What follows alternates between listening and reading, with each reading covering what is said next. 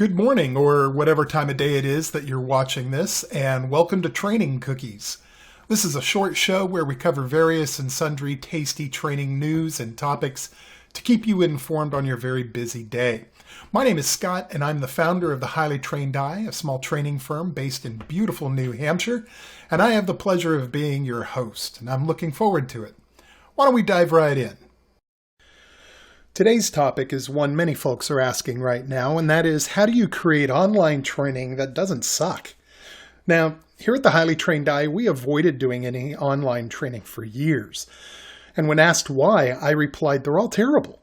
Users quickly learn to just click next while playing Minesweeper in another window or on their phone, and the quality of the training is just not the same as with live in-person training. However, times have changed somewhat. The technology has definitely improved, and when done right, online training can have a good return on investment. The key phrase, however, is when done right, as many companies end up investing a ton of money into online training, only to find that although reports show enrollment is good, their people just aren't learning anything. So I want to talk about two things today. One, how to determine what the best way to deliver a training might be for you. And then two, if you're going to go the online route, how do you make it as effective as possible? Now, the process I'm going to describe to you is the exact same that we take here at THTE when we're creating client content. So I'm sharing some of our secret sauce with you. Lucky you. Before I start, let's define some terms. When we're talking about online training, there's two flavors. There's asynchronous training, which means self-paced training that users can do on their own as their time permits, and synchronous training, which means all participants are viewing the same content at the same time. Synchronous training is usually live, but it doesn't have to be.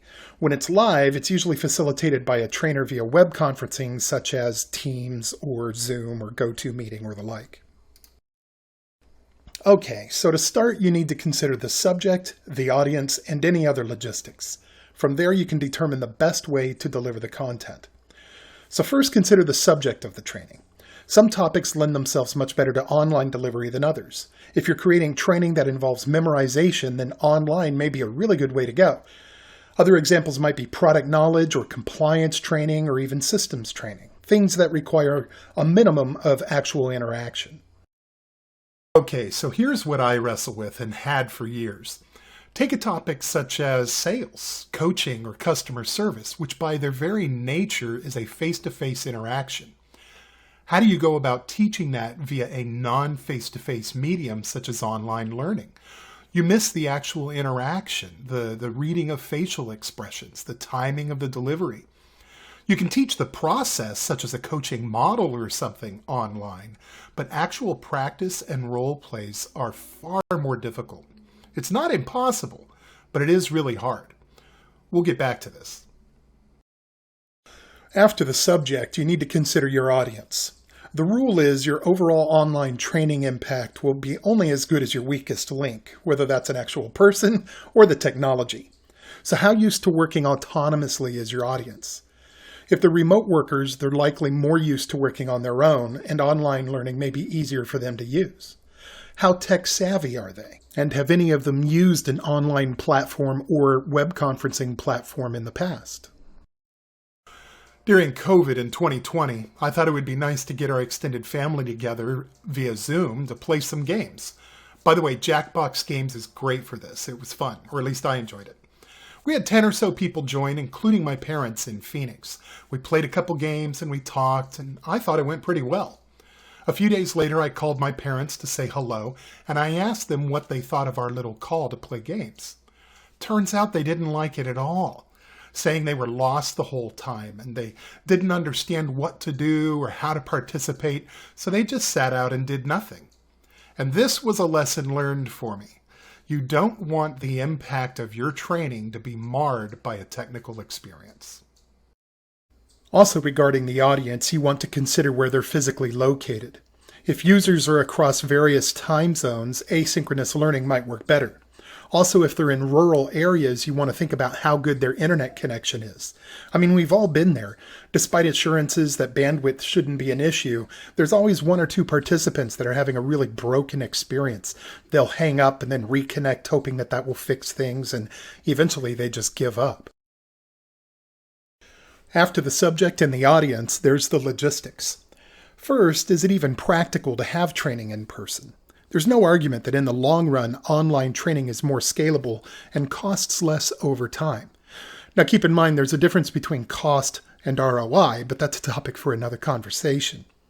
As a general guide, if you're going to do the same training at least quarterly, then you should at least consider online delivery. Finally, what health concerns in our post-COVID world do you need to take into account? Beyond any mandates from state and local authorities, how comfortable are you or the participants with meeting in person? And do you have facilities that might accommodate a socially distanced audience if you need to do so? So with the subject, audience, and logistics in mind, you've determined how to best deliver the training. Let's say some or all of it will be online. How do you make it any good? More importantly, how do you make it work? Here's how we do it. The first thing we do is to look at everything that needs to be covered and break it down into a simple outline, almost like a table of contents that lists each key point. We want to break it down as simply as possible so that ideally each topic can be taught in no more than 5 minutes or so of listening. So for example, if you're creating a new employee orientation training, you might have a topic for the company history, one for the structure, one on the systems the company uses, and several that cover various key policies and where to find the employee handbook. Now, breaking everything into these little chunks is known as micro-learning or nano-learning. And personally, I think it's a great way to put together online training.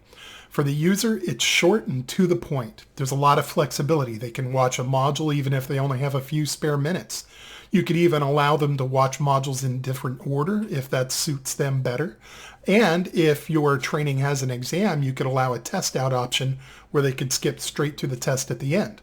That's not appropriate for every topic, but it's something to consider. It just shows respect for a user's experience and time. For you, these small chunks mean that the training is going to be easier to update in the future because you may only need to update one small video chunk instead of the entire thing. Now, incidentally, as I understand it, the term micro-learning is actually trademarked. It was trademarked in 2016 by a training company called Grovo, which is now owned by Cornerstone. How they managed that, I have no idea, but whatever. Once we've got our topics determined, we're big fans of sprinkling some live components in with the self-paced online training.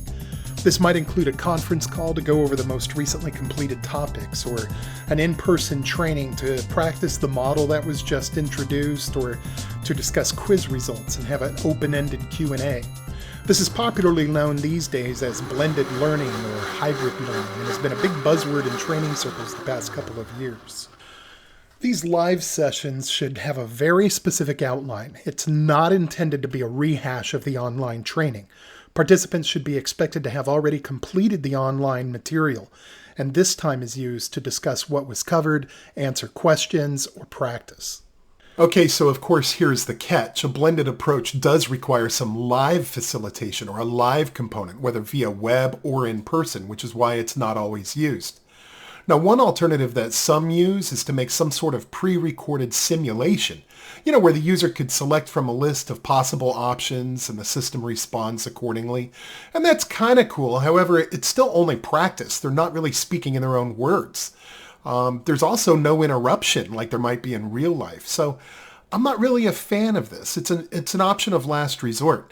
It seems fake or forced. It can also be much more technically challenging to make. All right, so you've determined the content and how it'll be delivered. Now it's time to actually create the online stuff. But how? First, audio, if you're going to have any. I think you should. Reading a screen for a user is just plain boring, and if a user has any bandwidth issues, audio might be their only option. If you're going to have any audio narration, I highly recommend scripting it out word for word. You'll find if you just wing it that words will escape you at the most inopportune time. Trust me, we do many takes when we make these videos. Even though it doesn't sound like it, great speakers have most of their talks memorized, and it started from a script, so should you. By the way, audio uses far less bandwidth than video, so you should be okay in that regard. Invest in a good microphone, not the built-in mic on your MacBook. They usually run a couple $100s or so. Regarding background music, I find it's generally not necessary except at the intro and end for effect if you want. Make sure any music you use is royalty-free or you pay for the rights.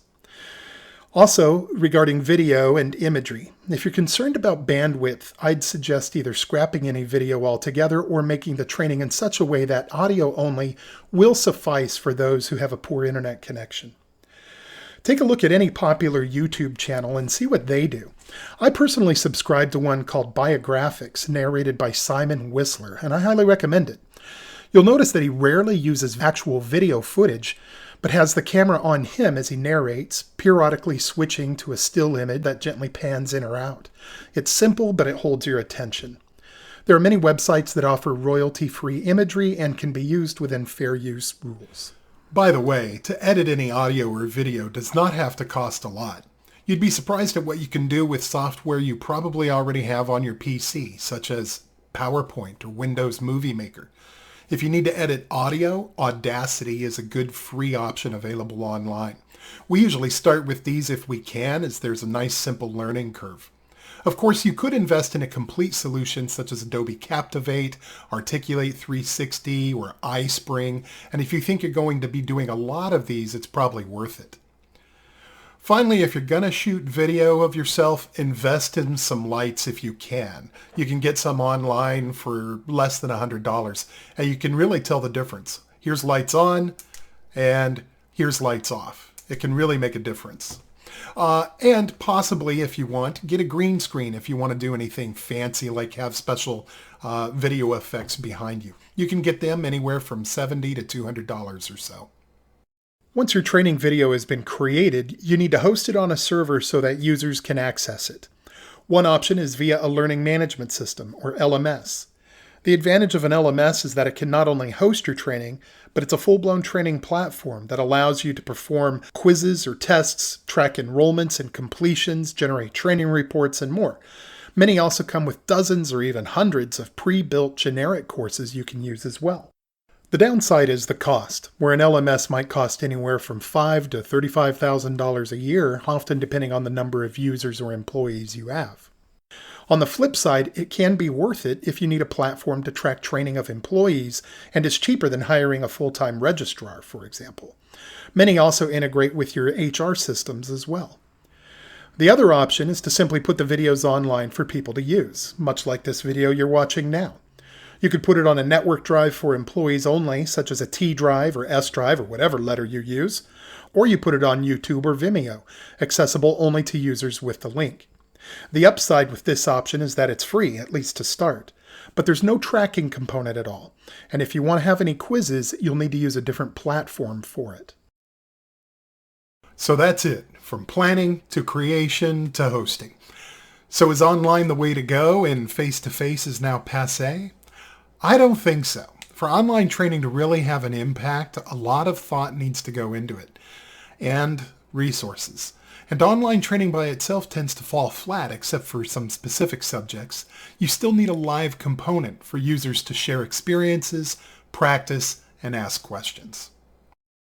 Here at the Highly Trained Eye, we tend to use whatever conferencing platforms our clients use. So over the years, I've had the privilege of using Zoom, Teams, GoToMeeting, WebEx, Google Meet, and others.